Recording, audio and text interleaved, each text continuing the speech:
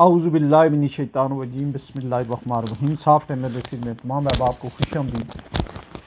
आज आपने तकरीर तो महमूद खान चकज़ई साहब की सुन ली होगी,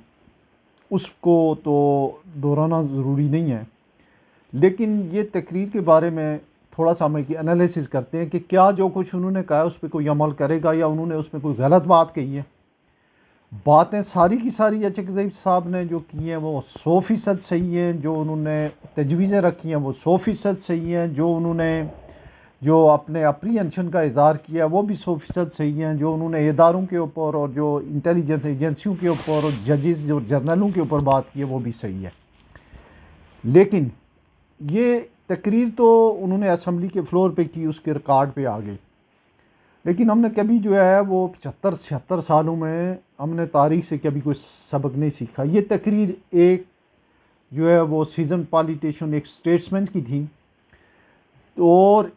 एक तजर्बाकार जो पॉलिटिशियन जिनके वालिद जो थे वो अब्दुल समद खान चकज़ई, उन्हें भी शहीद किया गया था। उनकी शहादत का भी जो इल्ज़ाम है वो एजेंसियों पे था। तो उसमें हमें देखना ये है कि आया उनकी बात को कोई सुनेगा क्या। जजेस, जर्नल, ब्यूरोक्रेट्स, डिक्टेटर्स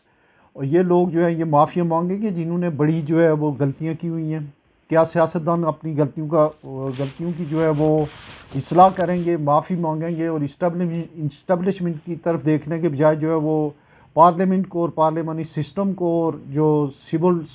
जो सुप्रीमेसी है उसको जो है वो स्ट्रेंथन करेंगे। मुझे नहीं लग रहा है कि ये लोग ऐसा करेंगे। लेकिन एक बात जो उसमें क्लैरिटी के साथ उन्होंने की है कि एक जैसे साउथ अफ्रीका में हुआ था कि एक ट्रूथ एंड रिकन्सिलिएशन कमीशन बना था, उस तरह की बात की जो आजकल आम तौर पे जो इस तरह की बातें सामने आ रही हैं, उसके लिए फिर सियासतदानों को एक बड़ा जो अपना बड़ापन दिखाना होगा। तो सबसे पहली बात यह है कि आया मौजूदा इस्टेब्लिशमेंट जो है, इस्टेब्लिशमेंट में आर्मी, उनकी एजेंसीज़, उसके अलावा जो सुप्रीम कोर्ट एक बहुत बड़ा स्टेक होल्डर है, और जो सिटिंग गवर्नमेंट है, ये उनकी तीन, ये जो बड़े तीन जो एक्सिस हैं ये मानेंगे उनकी बात। क्या जो आर्मी बहैसियत इदारा इस चीज़ को कबूल करेगी कि हम जो है वो हुकूमतें बनाते हैं, हम हुकूमतें तोड़ते हैं, हम जो है इलेक्शन मैनेज करते हैं, हम रिगिंग करते हैं। ये बात जो है ये काफ़ी मुश्किल है। ये एक सुनहरी चांस भी है, एक सुनहरी प्रपोज़ल भी है, और एक बड़ा जो है हमारे लिए जो मेरा ख्याल है आखिरी जो चांसेस हैं बासित को मुफ्त में से एक चांस है कि इसको जो है इदारे जो हैं इसको देखें। महमूद खान चकज़ई साहब की जो तकरीर है वो तकरीबन जो है वो 70-80% लोगों की आवाज़ है। उसमें सबसे पहले जो है हमारे जो आइनी इदारे हैं, आर्मी की और उनको छोड़ें, जो जजेस हैं वो क्या कर रहे हैं। ये हमारे जो इससे पहले जजेस इफ्तिखार मोहम्मद चौधरी, खोसा साहब, वो बाबा रहमते और मौजूदा चीफ जस्टिस क्या करें। ये तो बाइस्ड लोग हैं और इतने बाइस्ड, और इनके ऊपर जो है जिस तरह की जो तरह तरह की करप्शन के चार्जेस हैं, और फिर जो आजकल जो ड्रामा कर लगा हुआ है सुप्रीम कोर्ट में इस चीफ जस्टिस के आने के बाद, तो क्या ये लोग जो है इनको कोई मैसेज गया है जाएगा और ये उसको देखेंगे कि क्या हुआ है।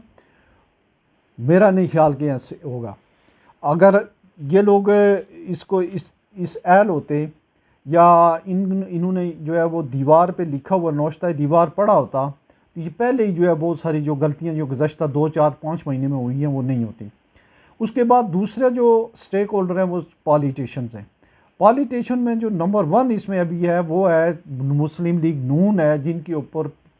कम अज़ कम 30 से 35 सीटें जो हैं जिनको ज़बरदस्ती जो है जितवाई गई हैं या हारी हुई सीटें उन्हें दी गई हैं। क्या अब उनमें वो इखलाकी ज़रूरत पैदा करेंगे? क्या वो अपने हारे हुए लोगों को विड्रा करेंगे? इसके भी इम्कानात कम हैं। इसी तरीके से MQM जिनकी कोई सीट नहीं थी या एक आध सीट हुई होगी बड़ी मुश्किल से, उनको जो 17 सीटें दी हैं तो वो ये भी जो है मुश्किल है। लेकिन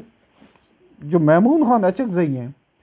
उन्होंने बासित स्टेट्समैन, बासित पॉलिटिशियन और बासित एक छोटे सूबे के लीडर और बासित पश्तून जो है वो गेंद जो है वो इस्टेब्लिशमेंट, पॉलिटिशियन, जर्नल, जजेस, एजेंसियों के कोर्ट में फेंक दी, और तमाम तर पाकिस्तान की तमाम तर जो जो जितनी बीमारियां हैं उनको समुंदर को कूज़े में बंद करके, और उन्होंने बता दिया जनाब कि ये हमारी जो है ये खामियां हैं, ये उसका ये बीमारी है और ये उसका इलाज है। ये उसकी उन्होंने एमआरआई कर दी है, ये उसकी उन्होंने जो है आप कहें कि सीटी स्कैन करके तमाम बीमारियों की तशखीस जो है वो मुल्क और कौम की जो है वो रख दी है इदारों के सामने, पार्लियामेंट के सामने, और उसको रिकॉर्ड पे लेके आए हैं। और मेरा ख्याल है कि आज की ये तकरीर जो है महमूद खान अचकज़ई की, ये सिनेरियो रूप में लिखी जाने के काबिल है। यही वजह है कि लोग तो उसको जो पजीराई हुई है या नहीं हुई है, इंटरनेशनल जो मीडिया हाउसेज हैं उन्होंने बहुत ही वाइड कवरेज दी है उसको, बहुत ही मैसिव कवरेज, और बहुत ही मैसिव जो है उसके ऊपर कमेंट्रीज आ रही हैं। और मेरा ख्याल है कि इससे बेहतर तकरीर मैंने आज तक पाकिस्तान के किसी सियासी लीडर की जो है, मैं नहीं कहता हूँ कि भुट्टो साहब ने की हो तो की हो, इससे बेहतर तकरीर किसी ने शायद ही की हो। और यही हमारे मसाइल हैं, यही उनका हल है। उसमें उन्होंने स्मगलरों की भी बात की, उसमें उन्होंने माफियाज़ की बात की, उन्होंने जो है वो सीटों की ख़रीदो फरोख्त की भी बात की, उसमें उन्होंने जो है किस तरीके से मैंडेट छीना गया उसकी भी बात की, और उसमें यह भी कहा गया किस तरीके से मैनोवरिंग होती है, मैनेज होते हैं इलेक्शन, और किस तरीके से सिविल सुप्रीमेसी को चैलेंज किया जाता है। और जिसका जो काम है उन्होंने बड़ा उसमें अहता किया है कि जिसका हर बंदा अपना काम करे, हर इदारा अपना काम करे, और एक मजबूत, खुशहाल, मुस्तहकम और इस्लामी जमहूरिया पाकिस्तान तब बनेगा। इसमें जो आखिरी जो स्टेक होल्डर हैं जो सबसे स्ट्रांग हैं, जिनके बारे में बात करनी ज़रूरी है, वो है हमारी आर्मी या जनरल हाफिज़ आसिम मुनीर साहब हैं। गो कि वो बहुत ही कम को हैं, उन्होंने कोई ऐसी बात जो है वो इतने टाकेटिव नहीं है। लेकिन जो जैसे जनरल बाजवा साहब ने कहा था कि हम ताइब हो गए हैं, हमने जो है वो सियासत नहीं करनी है, उसके बाद जो है सियासत में बहुत कूद के आई है जो है हमारी आर्मी जो है वो, उससे ज़्यादा है, और एजेंसियों ने वो बहुत आई हैं, और इस दफ़ा तो उन्होंने हद ही कर दी है। जो ये हमारे आरओज़ वगैरह साथ गए हैं, जो केयर टेकर गवर्नमेंट्स थी,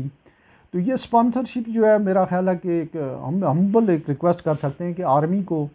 ये ना तो सियासतदानों को स्पॉन्सर करना चाहिए, ना जो है रिजीम चेंज को ब्रोकर करना चाहिए, और अपनी मजबूत और मुस्तहकम दफा की तरफ,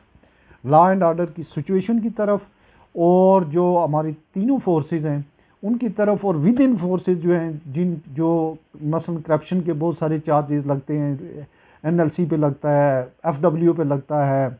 रेंजर्स पे बलोचिस्तान में आर्मी पे बहुत सारे लगते हैं, एयरफोर्स में बहुत बड़ा स्कैंडल है। इसको जो है इंटरनली अपने हाउस को ऑर्डर करें,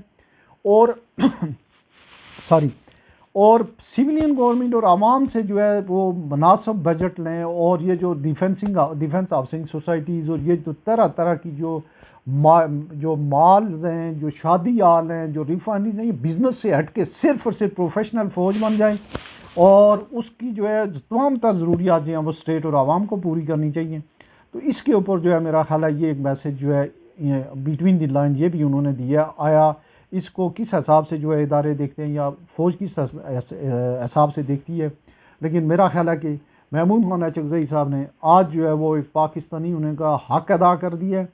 और आने वाले वक्त में ये देखा जाएगा कि उनकी इस चीज़ को कितना लोग जो है वो नून लीग वाले कैसे लेते हैं, पीपल्स पार्टी या सियासतदान कैसे लेते हैं,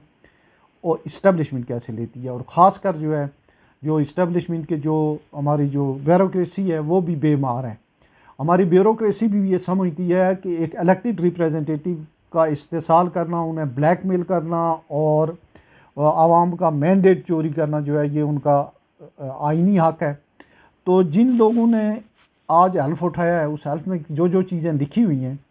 उसको अगर देख लें, या जितने भी इदारे जो हल्फ उठाते हैं उसकी जो है वो कितने बुरे तरीके से उस हल्फ की खिलाफ वर्जी करते हैं। उसमें हमारा ख्वाह सुप्रीम कोर्ट का चीफ जस्टिस साहिबान हूँ, ख्वाह इलेक्शन कमिश्नर साहिबान हूँ, आरओज़ हूँ, या दूसरे जो हमारे जो डिफेंस फोर्सेस के लोग हैं, ये सारे, तो इनको ये देखना चाहिए कि मुल्क और कौम की खातर जो है वो एक बूढ़े सियासतदान, एक सीजन वेटरन पॉलिटिशियन की जो तजवीज़ हैं उनको देखनी चाहिए, और उनकी तकरीर को डॉक्यूमेंट करके उसके मिनट्स बना के उसके एक एक लफ्ज़ के ऊपर जो है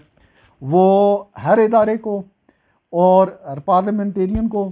ब्यूरोक्रेसी को, आर्मी को, एजेंसीज को देखना चाहिए, और उसकी जो सलूशन देखनी चाहिए। अपना बहुत सारा ख्याल रखिएगा।